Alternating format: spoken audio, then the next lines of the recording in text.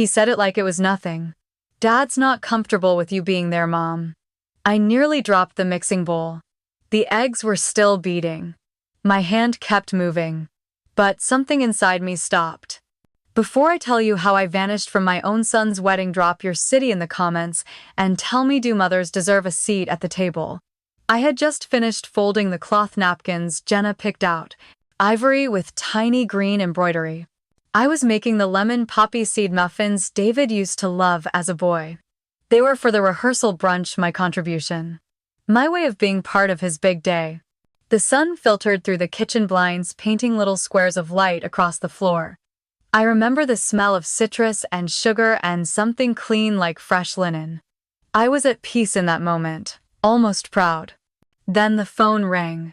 David's name lit up on the screen. I wiped my hands, smiled instinctively, and picked up. "Hey, sweetheart," I said, my voice warm. "Hey, Mom." He hesitated just a little. "I wanted to call about the wedding." My heart fluttered just a touch. I thought maybe he was going to ask about table arrangements or if Jenna's grandmother needed a ride. Something small. Something normal. He cleared his throat. "So, Jenna and I talked, and we've decided to scale things down. Keep it more intimate." I tilted my head. "Intimate? What do you mean? You've got 126 guests RSVP'd. He laughed softly. "Yeah, well, we're just feeling a little overwhelmed. Too many opinions, too much stress. So we're thinking smaller, just close friends. Immediate family." "Okay," I said, confused. "So, do you need help moving things? We could do it in my backyard if that helps. You know I've been keeping it nice." Silence.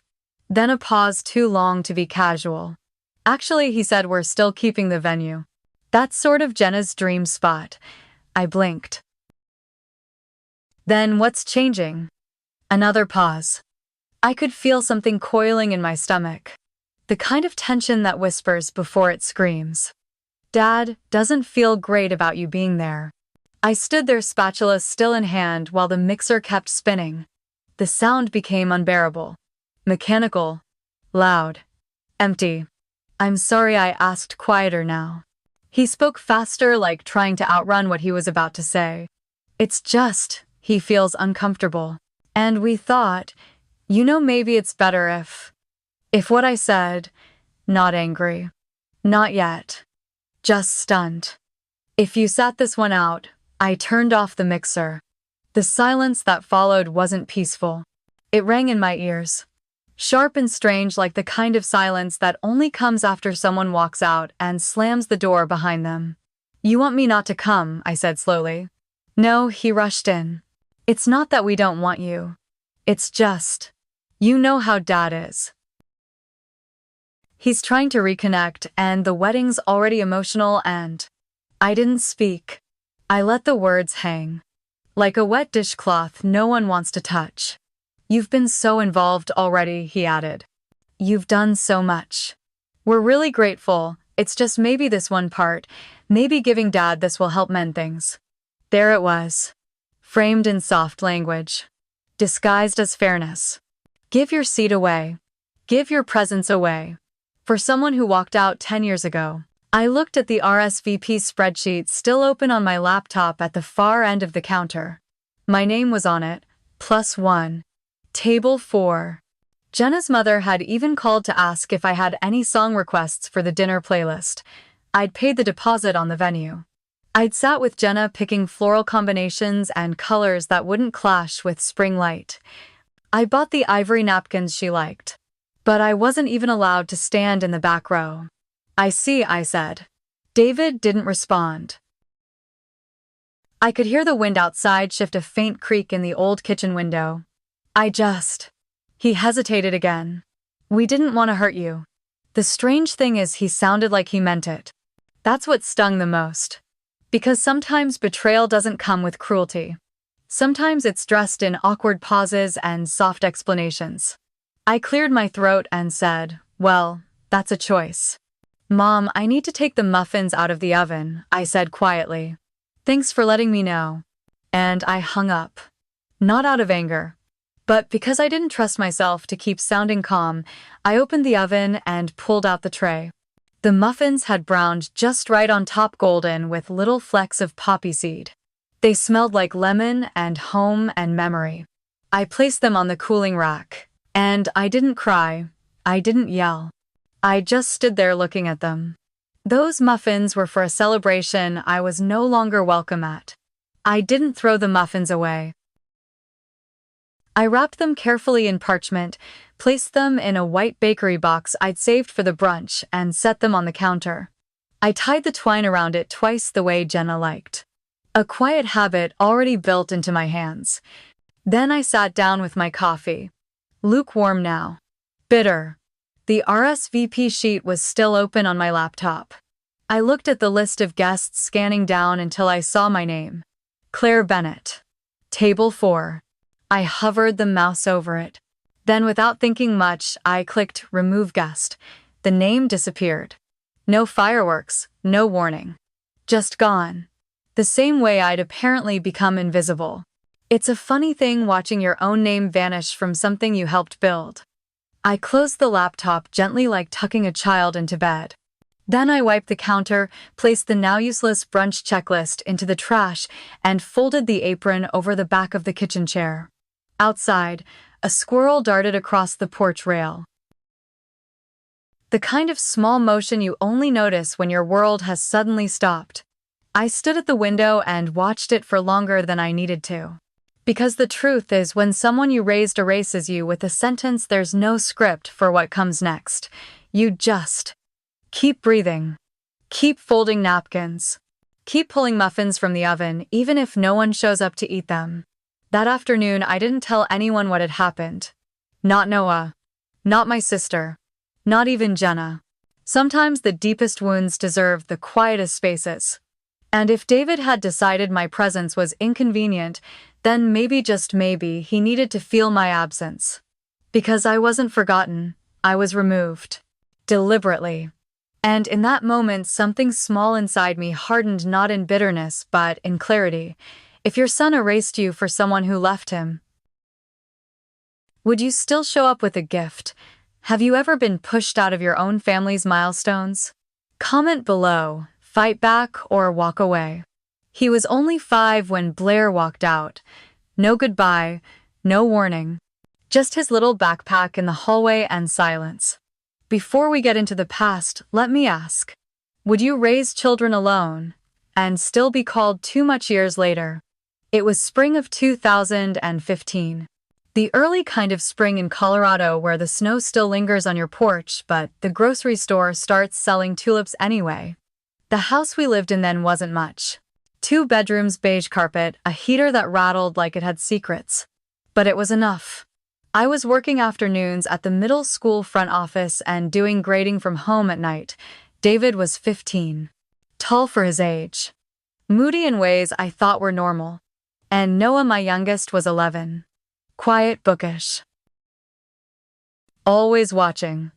Blair had started coming home later and later. At first it was meetings ran long or the freeway was a mess. Then it became I'm staying over at a friend's, too tired to drive. I didn't push. Not right away. You get good at reading between the words when someone starts fading. He stopped asking how the boys were doing. He stopped noticing when I stayed up until 2 in the morning with Noah's science fair project. He started dressing nicer, shaving more. He laughed more on the phone than he did at our dinner table. One night he came home after midnight. I'd left the porch light on like always. He walked past me without speaking and went straight into our bedroom. I followed. His suitcase was already half-packed. "Don't make a scene," he said, quietly zipping it shut. A scene, I repeated. He didn't look at me, just kept folding. "I can't do this anymore, Claire. It's exhausting. The boys need so much. And you always have things under control anyway." That was the sentence. That was how he left me. Not because of a fight, not because of violence or scandal, but because he was tired of being needed. He moved in with someone else that same week. Someone who didn't have 2 kids or dinner dishes or late-night coughs or calendar reminders about school drop-offs. I remember standing at the door after he left and hearing the stillness inside the house. I thought this is what being alone sounds like. Noah was still asleep curled up in his dinosaur blanket. David came out of his room rubbing his eyes. "Where's Dad?" he asked. I just shook my head. "He's not coming back," I said. David didn't say anything at first. He just stood there in the hallway, blinking at the front door like maybe if he waited long enough, Blair would walk back through it. "He left his shoes," David finally whispered. He had. The nice ones, brown leather, barely worn. He always said they pinched. David picked them up and placed them beside the coat rack carefully, like he was saving a seat for someone. That whole week David kept looking out the window whenever a car pulled into the cul-de-sac. I didn't say anything. I didn't tell him it was useless. I let him wait. Noah was different. He sat next to me on the couch the night after Blair left, knees tucked to his chest. He didn't ask questions.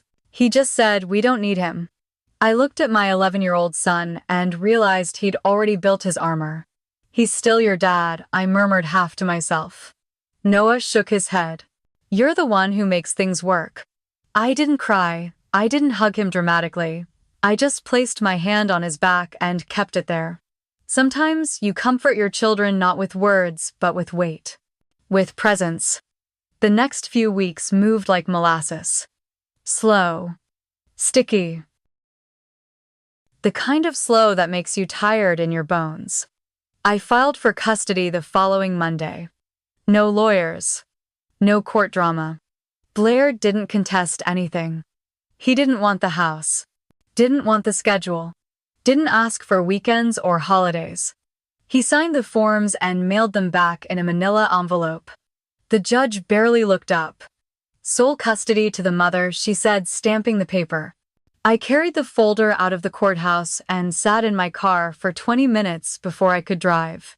Not because I was sad, but because everything felt too quiet. I picked up extra hours at work. Took on some remote admin tasks for a friend's business at night. Grocery lists became tighter. I stopped buying raspberries, switched from branded cereal to store brand. The boys didn't complain. David stayed quiet. He started helping more without being asked, taking out the trash, helping Noah with homework, folding laundry without turning it into a production. But every now and then, I'd catch him sitting on the edge of his bed just staring. Once I saw him holding one of Blair's old t-shirts. It still smelled like his cologne. That sharp cedar and vanilla mix he used to overdo. David folded it up and placed it under his pillow. I never said a word. One night around midnight I found David asleep on the couch. He'd fallen asleep in front of an old superhero movie, half covered by a throw blanket. His head was tilted back, mouth slightly open, one sock missing. And in his arms, clutched close to his chest, was Blair's shirt. It wasn't the cologne that hit me, that had faded by now. It was the way David was holding it. Like something he was trying to remember, or something he was afraid to forget. I stood there for a moment watching my son sleep. His jawline had started to harden, but in that moment he looked 5 again. Small. Soft. Unprotected. I knelt beside him slowly, careful not to wake him. I pulled the throw blanket up to his chin, and I whispered, "You'll never be abandoned again." I meant it with every cell in my body. The next morning I packed Blair's leftover things into a box. Not out of anger, but because I didn't want the boys searching for pieces of a man who chose to disappear. I tucked the box under my bed. Some things I'd learned didn't need to be burned.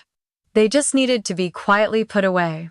Years later, David would tell me that he barely remembered that season of our lives. But I did. I remembered every late-night fever. Every shift I picked up. Every dinner where only one boy spoke and the other sat chewing in silence. I remembered the way our little house began to stretch to fit only 3 of us. And I remembered the weight of holding their world together with hands that had never stopped shaking. Because the truth is, you can raise 2 sons on your own. You can stay up through every storm, every meltdown, every broken heart, and still somehow, you'll be told years later that you were too much. If someone left you in pieces, do they still get a say years later? Comment if you've ever had to play both mother and father. Is forgiveness earned or just expected? The florist texted me to confirm the bouquet. I told her to cancel it. It wasn't mine to hold anymore. There's something strange about planning a wedding you're no longer invited to. You start noticing how much of your love was logistics. How care had shape paper petals, invoices, passwords. I sat at my desk that night 2 weeks before the wedding staring at the tabs open on my laptop. The reception playlist. The bakery invoice. The brunch caterer's final menu. A Google Doc titled Final Seating Chart, Jenna plus David, and another one named Mom Notes. I had written reminders to myself inside it. Pick up linen napkins. Confirm mimosas without pulp. Jenna's mom prefers chamomile tea. I had built this like a house quietly detail by detail. And now I was erasing myself from it just as quietly. The florist was first. She had texted a photo of the spring arrangements. David and Jenna chose white tulips, soft pink ranunculus, pale green eucalyptus. Still good for delivery morning of, she wrote. I typed and deleted 3 different responses before sending a simple please cancel. Payment already sent. No reschedule needed. She responded with a flower emoji. I closed the tab. Next was the brunch caterer. I called and left a voicemail. Hi, this is Claire Bennett, I said calmly. I'd like to cancel the order for the 12th of April. I understand the deposit is non-refundable. That's okay. I didn't explain why. Didn't offer an excuse. There's a certain power in offering no explanation at all. Then I opened the wedding app on my phone. I scrolled to the linked payment method section. There it was, my name, my card ending in 1129. I pressed remove. The system asked, "Are you sure I was?" I clicked yes. The page refreshed, my name vanished. The next day I printed out the confirmation emails. Not because I needed proof for anyone else, but because sometimes you need to see the end of something in black and white. 1 sheet for the florist, 1 for the caterer, 1 for the band whose deposit I had paid in full. I slipped them into a manila folder labeled David's wedding and tucked it into the bottom drawer of my desk, just above where I kept the expired passports and old school reports. There was no ceremony to the moment. No final gesture. Just a drawer closing. Around 9:30 that evening my phone lit up. Noah. I answered with a soft, "Hi honey," already knowing this conversation wouldn't stay light. He didn't waste time. "David says you're not coming." I stayed quiet. "Is that true, Mom?" I took a breath. "He asked me not to." Blair asked Noah, corrected voice sharper now. "And David went along with it. Same outcome," I said gently. There was a pause, then the sound of him moving his keys jangling maybe. He was probably standing in the parking lot outside his apartment pacing the way he did when he was angry. "You're the one who paid for half of it." "Not anymore," I said. "I've canceled most of what I contributed." "What about the brunch gone? The playlist? The flowers? All of it?" Noah was silent again. But this time it wasn't confusion, it was fury contained. "You want me to be his best man," he finally said low and controlled. "Then you show up too." I smiled a little even though it hurt. "That's not my place anymore," I said softly. "You're his mother." And apparently, I replied, "That's become negotiable." He didn't answer right away.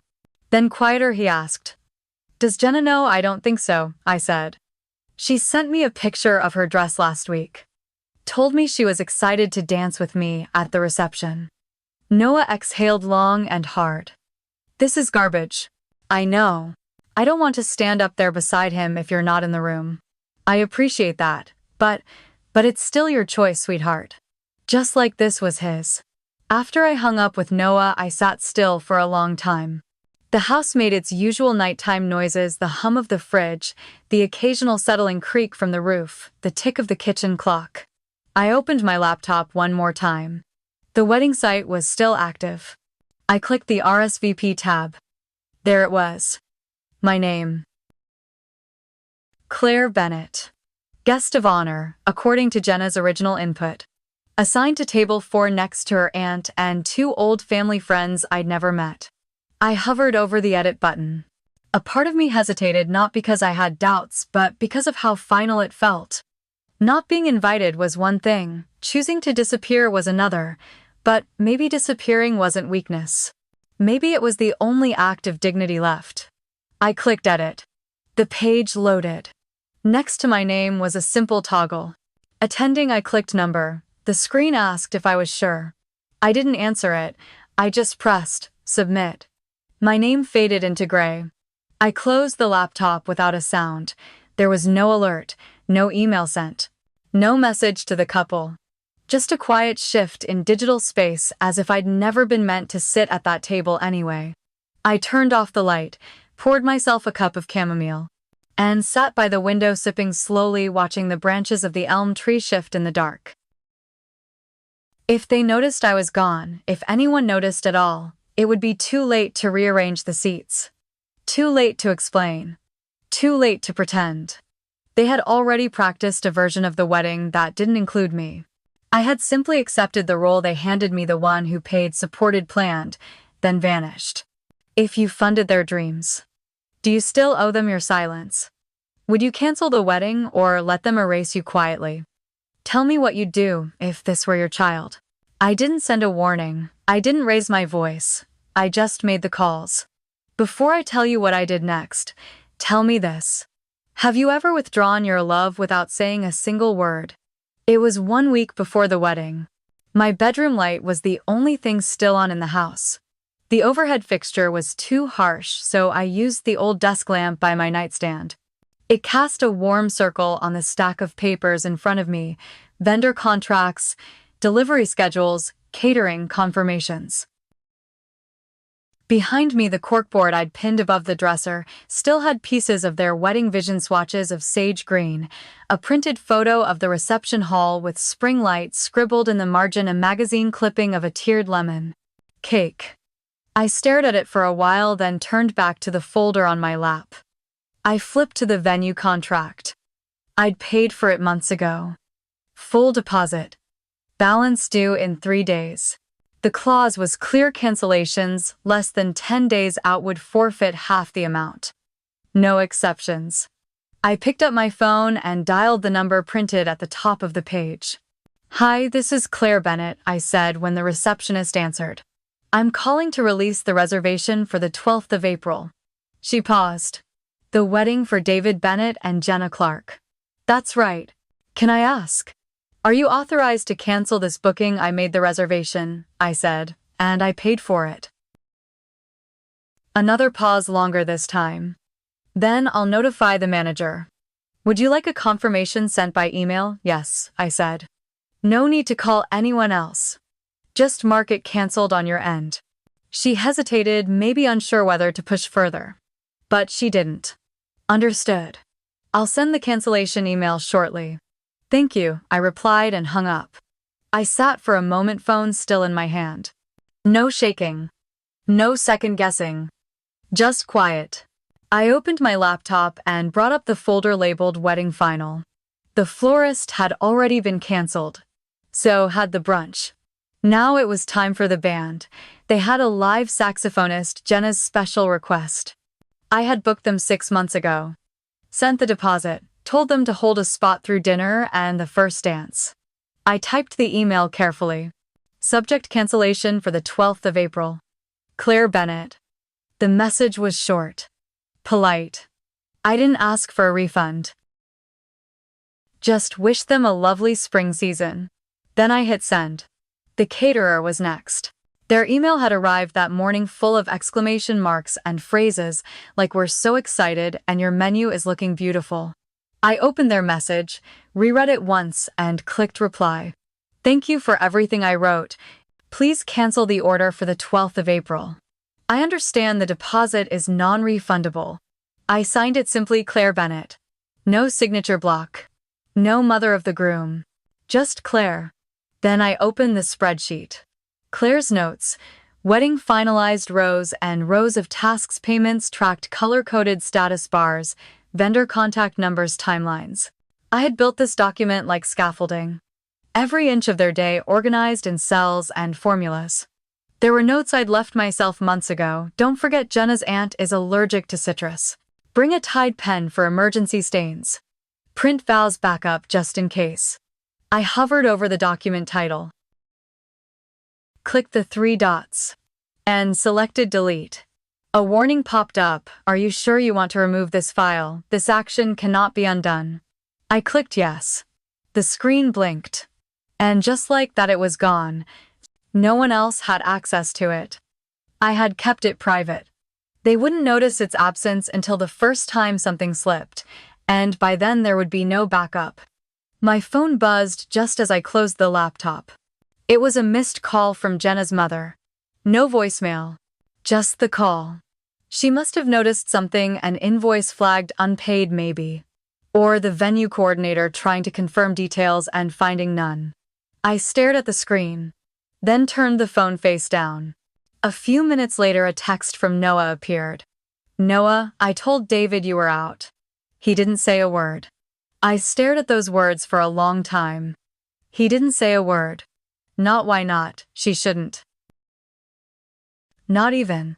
What now? I thought about the boy I raised, the one who once hugged me with sticky fingers after a school play and whispered, "You're the best part of my day." I couldn't find that boy in the man Noah had just described. And maybe that was the part that hurt the most. Not the silence, but how easy it was for him to live inside it. I sat there for a while, still in my bedroom, the desk lamp casting a soft yellow over the blank desktop. The house was so quiet I could hear the occasional tick of the heater pipes and the wind brushing lightly against the windows. I opened my laptop again. This time I went back to the wedding website. They had updated the header to a new engagement photo: David in a gray blazer, Jenna in a soft green dress, both standing near the lake where Blair used to take them fishing when they were kids. The caption said, "Can't wait to celebrate with you all." I clicked on the guest list again. My name was still grayed out. RSVP not attending. I didn't touch it. I had already made that choice. But then I opened the vendor portal and downloaded every receipt with my name on it. I filed them under a new folder closed. I didn't plan to use them. I just wanted the record. Maybe for myself. Maybe because one day when the narrative changed, I wouldn't have to defend my decisions. I could simply show the facts. I closed the laptop slowly. Let my hand rest on the lid for a moment. Then I whispered, let's see who shows up without a map. Because that's what I had been. The map. The invisible compass that kept it all aligned. Now I had stepped off the grid, and they didn't even realize the road had vanished. The florist had other bookings. The caterer had released the date. The venue had been reassigned to a corporate brunch. And I had nothing left to cancel. Just my presence. If your presence was erased, is your absence justice? Would you pull the plug, or let them dance without you? Drop your answer in the comments: quiet revenge or quiet exit. Jenna showed up on my porch in flats. No makeup. No more pretending. Have you ever met someone who realized too late they married into a lie? Let me know if you've seen this unravel. It was 2 days after the wedding that wasn't. The house had been quiet since the Saturday that never arrived. No neighbors asked about the decorations. No phone calls came from extended family. David hadn't called, and I hadn't expected him to. I'd started steeping a pot of chamomile when I saw headlights through the front window. Not fast, not urgent. Just steady, like someone who didn't know where else to go but had already decided they couldn't stay where they were. When I opened the door, she was standing there with her cardigan wrapped tightly around her fingers, white from gripping the sleeves. Her eyes were red, but not from crying. More like from exhaustion. I stepped aside without saying a word. She walked past me and onto the porch, dropped into the wooden chair next to mine like the bones in her body had finally surrendered. I didn't ask questions. I went back inside, poured 2 mugs of tea, and handed her one when I returned. She took it with both hands, let the warmth settle into her palms like she needed it more than words. I didn't know where else to go, she said quietly, staring straight ahead. You're here now, I replied. The porch light buzzed faintly above us. The wind stirred the leaves on the edge of the lawn. It was that kind of evening where the air feels thin, like if you spoke too loudly it might all collapse. David said you ruined everything, she said flatly. That you canceled the venue out of spite. That your pride couldn't handle being left out. I didn't flinch. Is that what you believe? I asked. She looked down at her tea. I don't know what to believe anymore, she admitted, but I know what I saw. I waited. At the reception, or whatever it was supposed to be, your ex-husband, he was acting like he owned the whole thing. Barking orders at the florist, making changes to the seating, telling the DJ what not to play. I asked him about the brunch you planned, and he said, Claire pulled out just like she always does. That made me smile, not because it was funny, but because of how predictably cruel Blair could be when no one was looking. I thought you were the calm one, Jenna added softly. I turned to her. I still am. Jenna set the mug down carefully on the armrest of the chair, her hands now resting in her lap. I could see the skin at her knuckles was dry, raw in places. Stress does that even to young women. She let out a breath that seemed to deflate her whole body. I asked David about everything, about the cancelled vendors, the payments, the reception hall. He just kept saying, it wasn't your place, Claire should have known better, it's our day. She shook her head more in disbelief than anger. But he never said you weren't invited, she added. He made it sound like you were dramatic. Like you stormed off. My lips pressed together, but I didn't speak. There's something sacred about silence when the truth is walking towards someone all on its own. I asked him directly if you were invited, she said, her voice quieter now, and he paused. Just a second. But it was long enough. That second, that hesitation, was all it took for the story to crumble. And then he blamed Blair, she continued, said his dad didn't want conflict and that you always made things harder. That's when it hit me. She leaned forward, hands clasped between her knees. I didn't just marry David, she said slowly. I married the version of your ex-husband that still lives inside him. That was the moment. That was the crack that let the light in. I didn't nod, didn't confirm.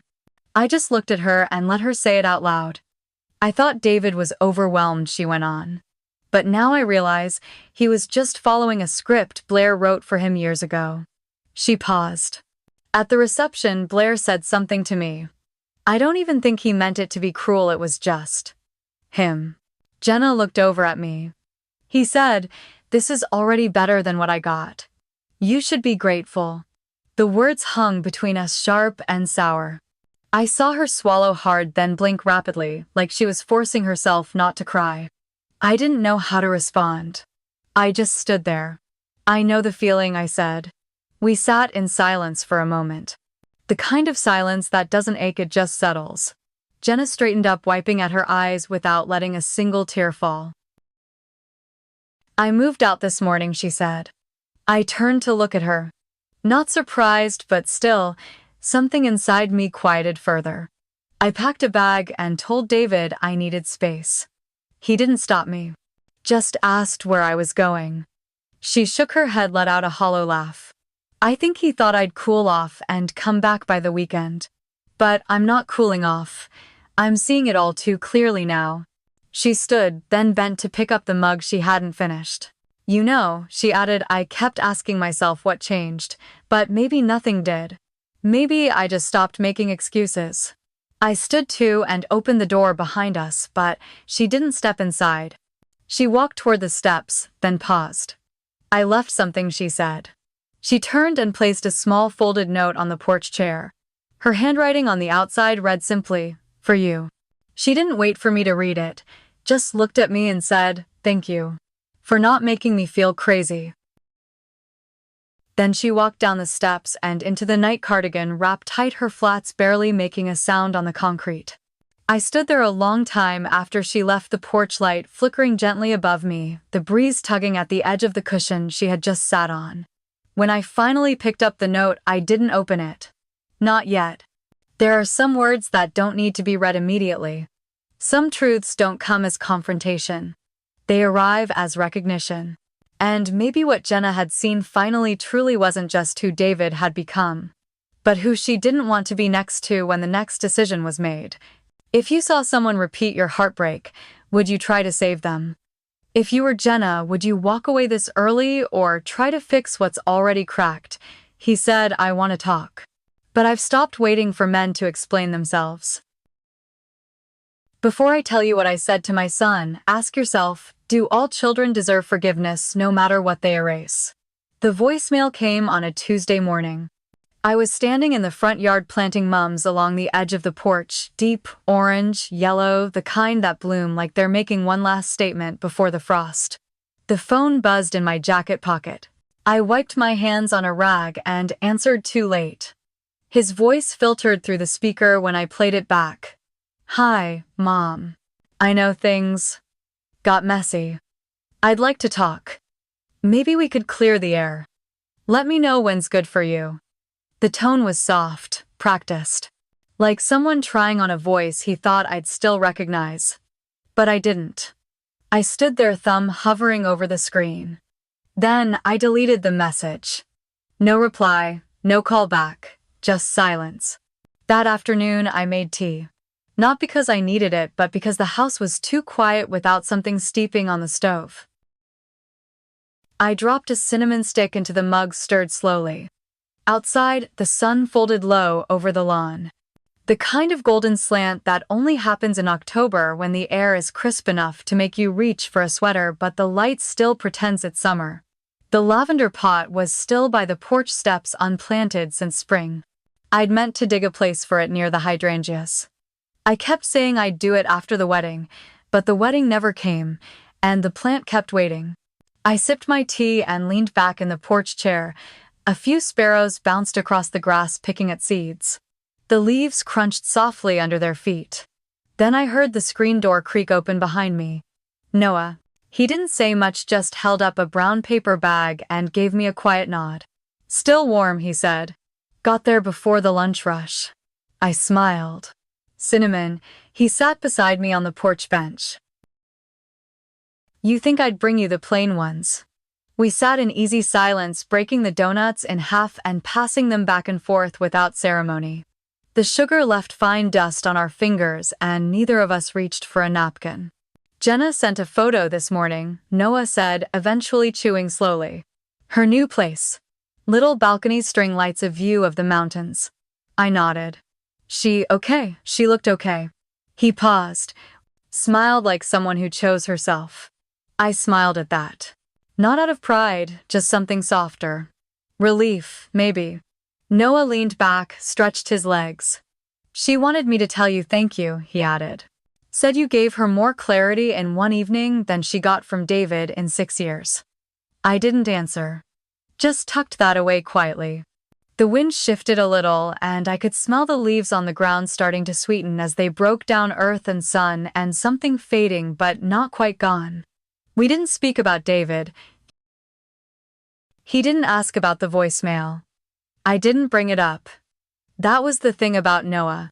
He never asked me to perform grace I hadn't offered. He didn't need an apology for things he understood too well. And I had nothing left to explain.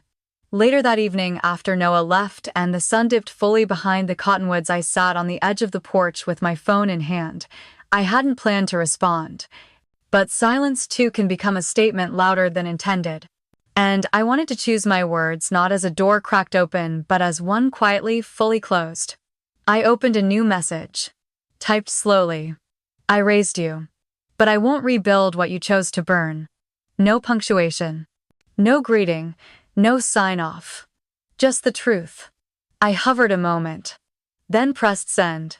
There was no read receipt. No dots bubbling. Nothing to suggest he'd even seen it. I didn't check again. Some messages aren't about replies. They're about release. Inside the house, I heard the kettle click off. I didn't move. Just sat there with the chill of the wooden step beneath me and the sky shifting to that soft purple-gray that only October skies carry. Peace doesn't always feel warm.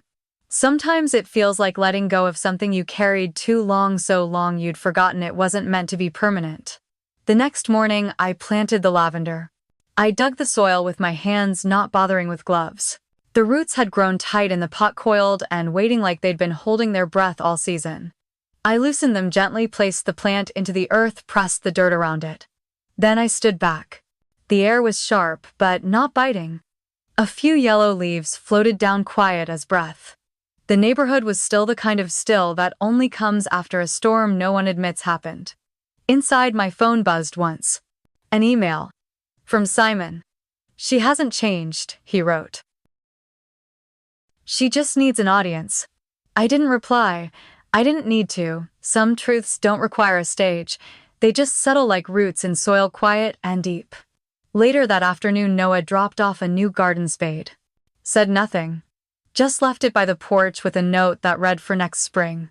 Jenna sent a picture that evening, curtains in her new place, a tiny table set for one, a candle flickering behind a plate of pasta. She was smiling. Not the forced smile of a bride at a reception she didn't plan. A real one. I sat on the porch again that night, tea in hand, the lavender already catching the wind. No more RSVP lists. No more explaining. Just this, the soft, steady pulse of a life that no longer asks for permission. Because sometimes the loudest kind of justice is the silence of not returning. If peace means letting go of your own child, could you live with that? Has closure ever looked like silence for you too? Share your story. Quiet justice is still justice. Some silences aren't about bitterness. They're about choosing peace over pain and boundaries over begging. I've learned that love doesn't mean staying where you're erased. Sometimes the kindest thing a mother can do is let her child walk his own road, even if it leads away from her. And healing, real healing, often starts with knowing when not to go back and knock. If this story stirred something in you, tell me, have you ever chosen quiet justice over being heard? I'd love to read your story.